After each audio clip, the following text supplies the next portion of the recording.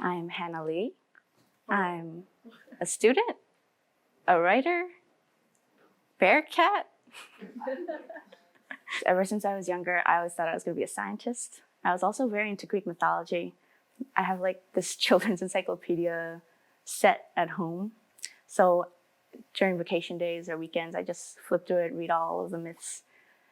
And I guess it just kind of stuck with me. It's definitely allegories that I like to refer back to just because it's something that's been with me for so long. And I think the science that I include in my poem does help to ground it sometimes, because my thoughts can like run a little wild with big ideas and big themes, but it's nice to have something to root it back down to, something a little more tangible. I'd say I was writing as long as I can remember. I would say poetry probably started around middle school, you know, like in class when you start reading poetry. And then I started thinking, hey, maybe I could do that too. I would say that my relationship with form in poetry probably started around high school. I started writing a lot more and learning more, like Robert Frost or like sonnets, villanelles. And I figured that it actually does help me write a little better when the words are tight, I guess. That's something my professor likes to say. Form helps your poetry do more work with less words. I didn't start off using form, but I would definitely say that is something that I've been using more recently.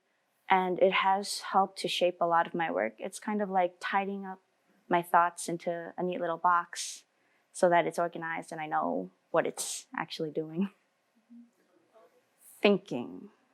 I like to think that each of my pieces are a thought, that they're just thinking about a certain topic at all times, forever.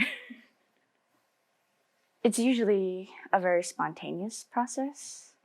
Sometimes I'm just walking down the street, I think of something, and then I'll just whip out my phone, try to write as much of it as I can before the thought's gone or disappears into the ether.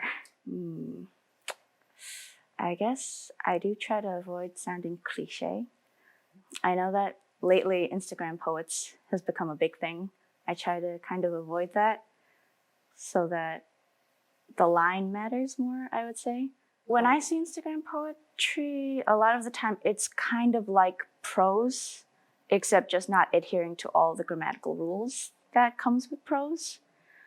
There's usually the thought and the meaning definitely behind it, but the line itself might not be as tight. It is a style. It's definitely a style. Just try to put a little more thought into it, I guess.